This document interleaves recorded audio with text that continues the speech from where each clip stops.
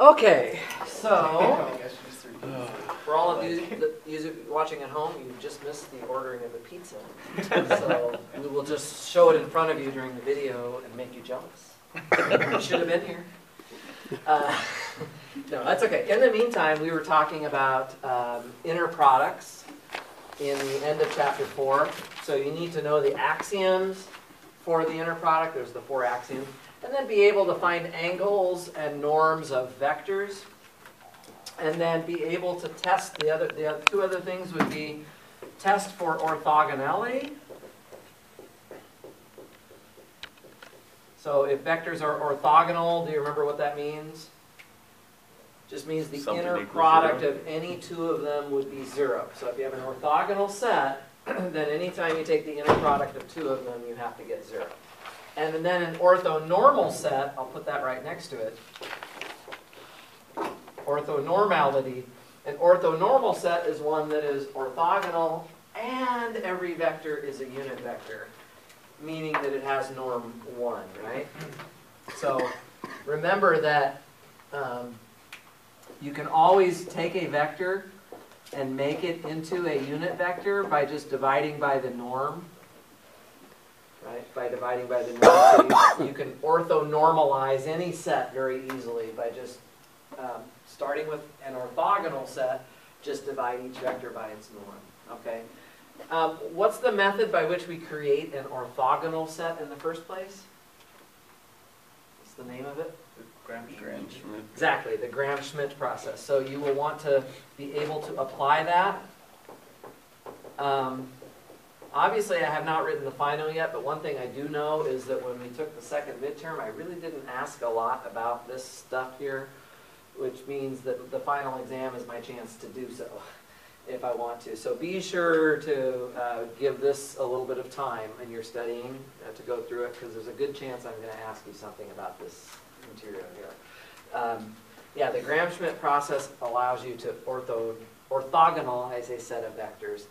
And then using this trick, where you normalize each vector, you make an orthonormal one. Okay? So that's kind of, all of this is chapter 4. This was most of what the second midterm was about. I put a little bit of linear transformation stuff on there, but mostly it was this. Okay? So that's really an overview of the first 2 exams. I don't think I'm going to do an overview of the third exam because we just took it. I'm just going to ask you to go back. So for chapters 5, 6, and 7, which is what we focused on in the third test, I'm going to ask you to really go back to the previous review. Okay? Anybody have any questions about this overview? We haven't even done a problem yet, but that's next. Just want to see if we're okay with the overview. Okay. If we are, what I'd like to do is move into the problems that are on the review session sheet, and we'll get as far as we can on this. We may not do every problem tonight. I'm going to come back over here, and I think I'll start with the first problem on the sheet, though, because it'll take a little while, and then we'll work our way from there. Kind of got an overview of all the topics. Now we just have to practice them. Okay, so here is a problem, number 1 on the review sheet. Okay, and here's what it says. Solve x prime equals negative x plus 2y plus 54t e to the 3t. And the second one is y prime, which would be negative 2x plus 4y plus 9 e to the 3t. So 2 equations there. So I want you to solve this system. So the first question is, where does this fit in the material? What chapter and what topic?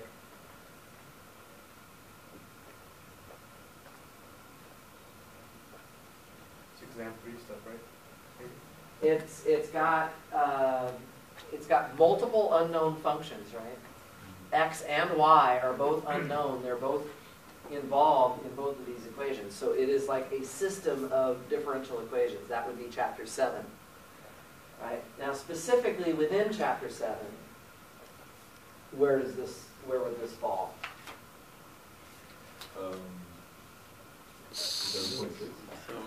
Yeah, this is the very recent stuff we just learned just yesterday actually. So I thought it would be good to practice this. I almost promised you already for sure that I'll ask you something about this 7.6 on the test. So this is definitely something that we want to look at. What would you suggest I do first? Put it into a matrix form. Exactly. That's exactly what I would do. So basically, to put it into a matrix form, I'm going to put the x prime and y prime together on the left as a column, the derivatives of the two functions. And then what I'm going to do next is I'm going to try and put a matrix here. So can anybody tell me what my matrix should be?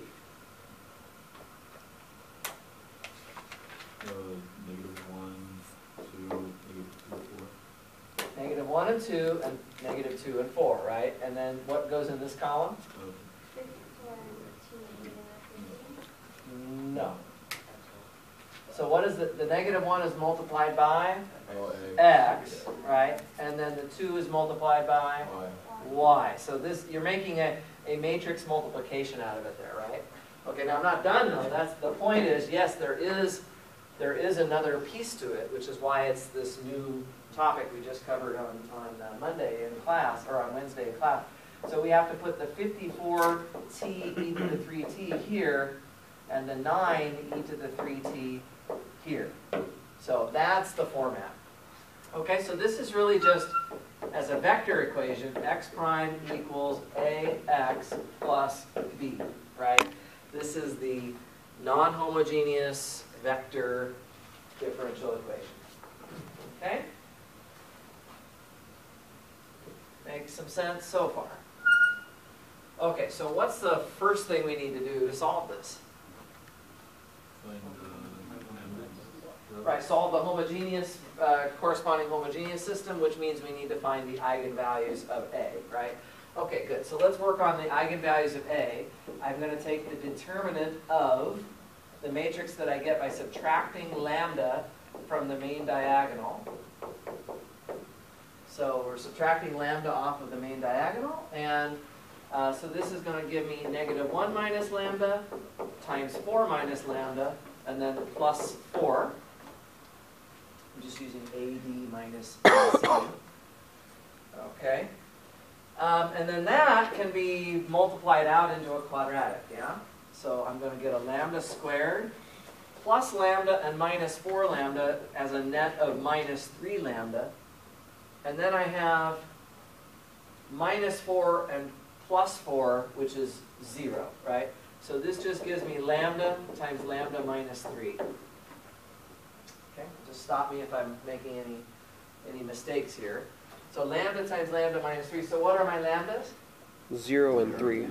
0 and 3. Great. So lambda equals 0 and lambda equals 3. Now you guys are getting pretty good at this. I'm going to see if in our heads we can write down the corresponding eigenvectors. So what do we need to do? Well, we take the matrix A, subtract lambda from it, from the diagonal. Well, if I'm subtracting nothing, I just keep this matrix A, right? And I'm looking for a vector that is in the null space of that. Remember, you can always cross off a row. So let's say I cross off the second row and I only focus on the first row, which is negative 1 and 2. Can you give me a vector that would be killed by the row negative 1, 2? 2 and 1. 2 and 1. It's just that trick where you swap the two entries and change the sign of one of them, right? So that's exactly right. So I'm going to choose my vector without doing any work at all. I can see that it's just 2 and 1. Okay, looks pretty good. For lambda equal to 3, it might actually be worth writing out what the matrix is after I subtract 3 from the main diagonal, just so we can look at it here. So it should be negative 4 and 2, and negative 2 and 1. So I've subtracted 3 from the main diagonal. Okay, again, this matrix is not invertible. I should be able to cross off a row. And then what would be a vector that would be killed by the row negative 2, 1? and 2. 1 and 2. Very good. So B equals 1 and 2. All right, so we have found the eigenvalues and eigenvectors. So far, so good. So then I can go ahead and write down my solutions here. So, so my solutions, my first solution, x1 of t. Remember, it's just e to the lambda t times v. So e to the 0 is just 1 times v. So the first solution is actually just 2 and 1. Right? And then the second solution is just e to the 3t times 1, 2. So far so good? So I get my complementary function. This is what we conclude step 1 with. Basically, it's the general solution to the corresponding homogeneous equation.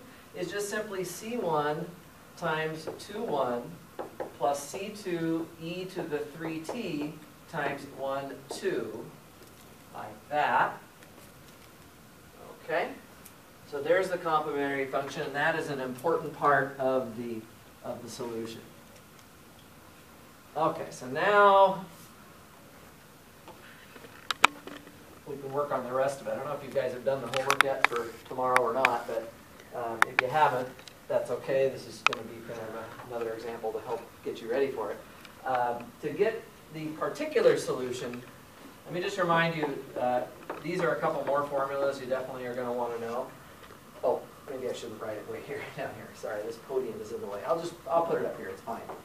The particular solution is basically the fundamental matrix, which I'm going to write down in a second, times U. Okay, we did this just last night.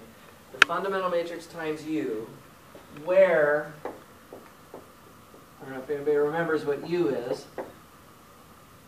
Anybody remember yet?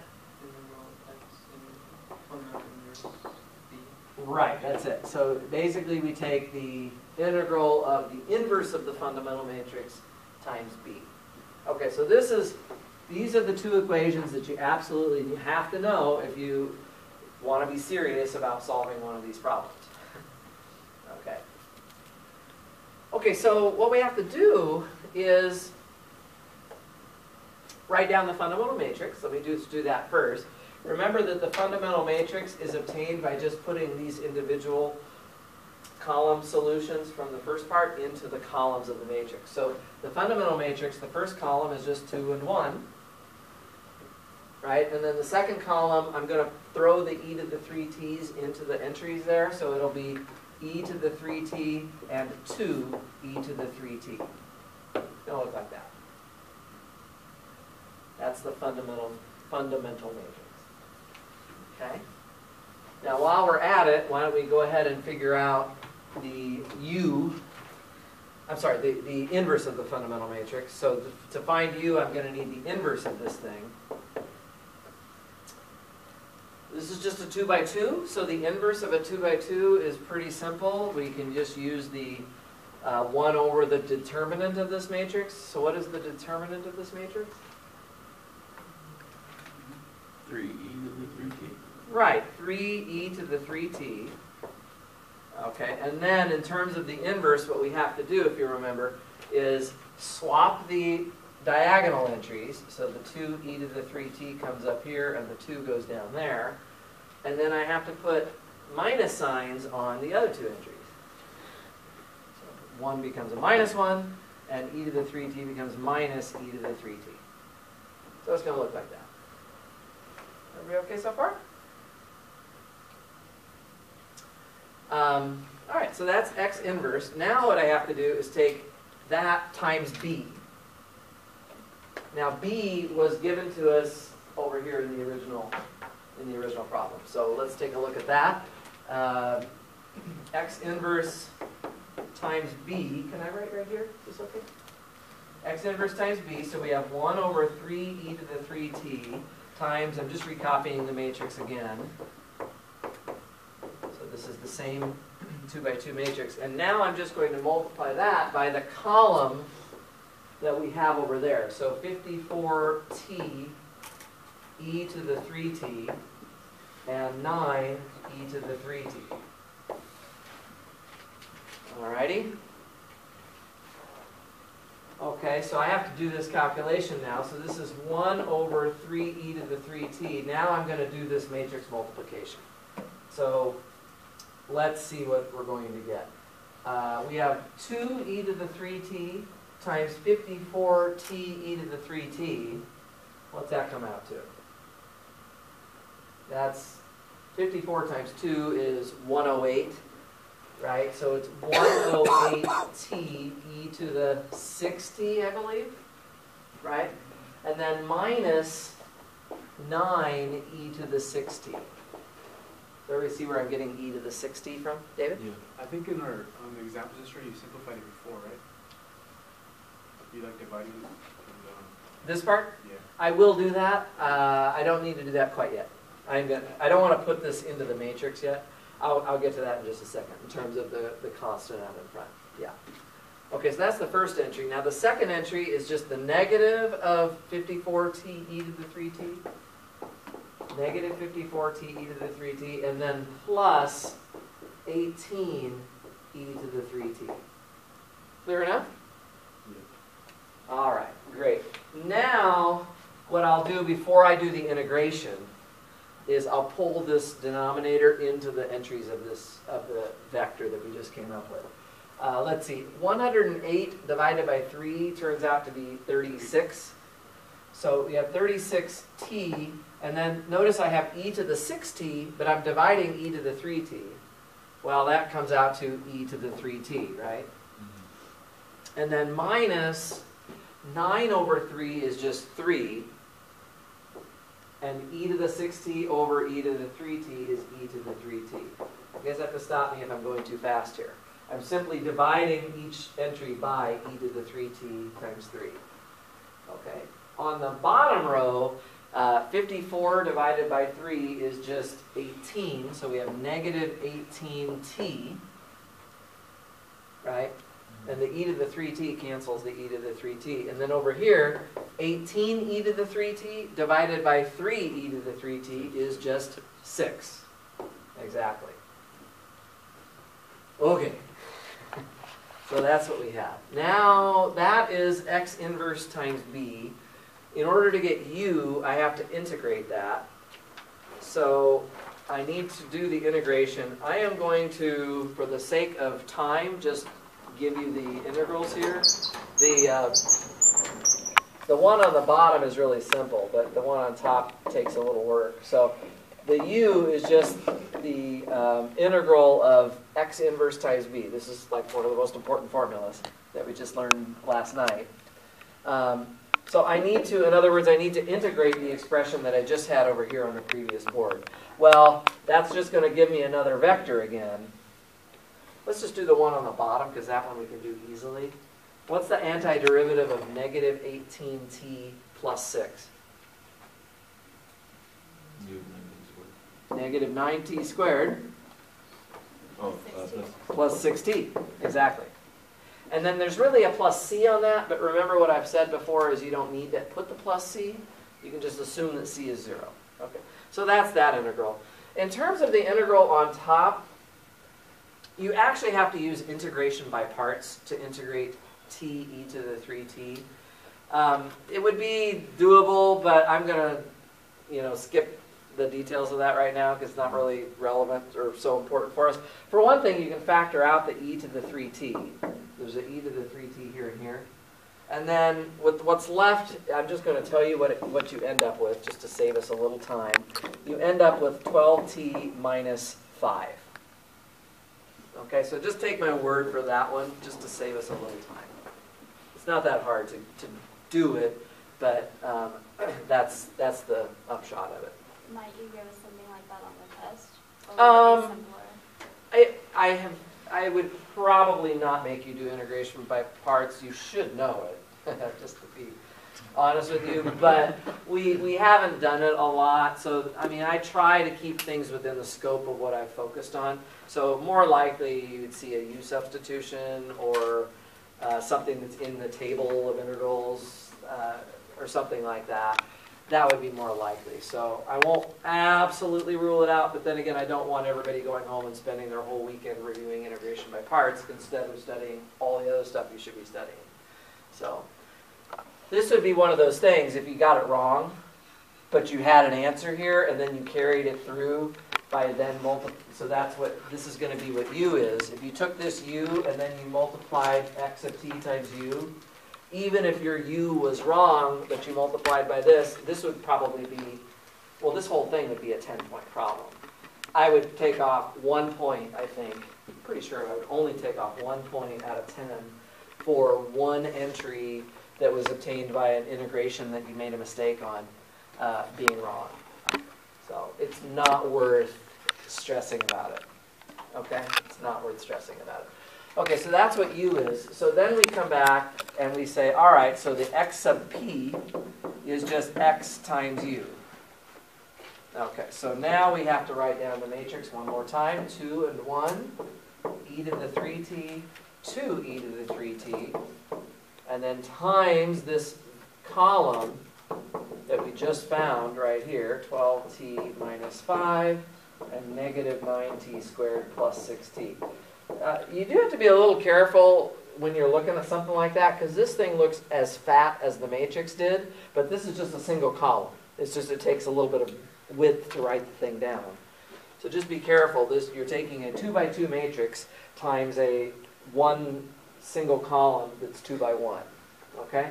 So what are we going to get out of this? Well, we're going to get 2 times this thing here. So 2e to the 3t times 12t minus 5. And then plus e to the 3t times negative 9t squared plus 6t. Okay? That's on the top line. And then the bottom line is just e to the 3t times 12t minus 5 plus 2e to the 3t times negative 9t squared plus 6. That would be the particular solution right there. Okay. You actually can simplify that by pulling out the e to the 3t's and so on, and then you'll be left with like some quadratic polynomials and whatnot. For our purposes right now, I'm going to skip that. I'm just going to do what you guys can do, which is to go straight to the final answer and simply represent it as follows. The final answer, remember what I've said many times, you can simply quote it as being the complementary function plus the particular function, which is this part here. So x sub c of t plus x sub p of t. So this way you don't have to write it down again. You just simply go straight to that answer. Is that all right with everybody? So I won't recopy. Basically, I would have to recopy the whole thing down again to give you the final look of the answer. Okay? People okay with that example? Just wanted to do one more of those to practice it again. This one was a little bit messier than the one we had done in class, only because the b was kind of harder to integrate. So the integration came out to be a little bit messier, but conceptually it's the same as the one I did in class. Okay. Everybody good so far? All right. Nick, did they give you an estimated time how long it was going to take? 45 minutes. Oh, okay. So we can get through maybe at least another problem or two. Oh, yeah. Before we have a break coming up. Let me just go right on to the next problem on the sheet. See, the thing I like about doing that example right there is I just reviewed a whole bunch of stuff. Eigenvalues, eigenvectors, general solution, variation of parameters as a general method, the inverse of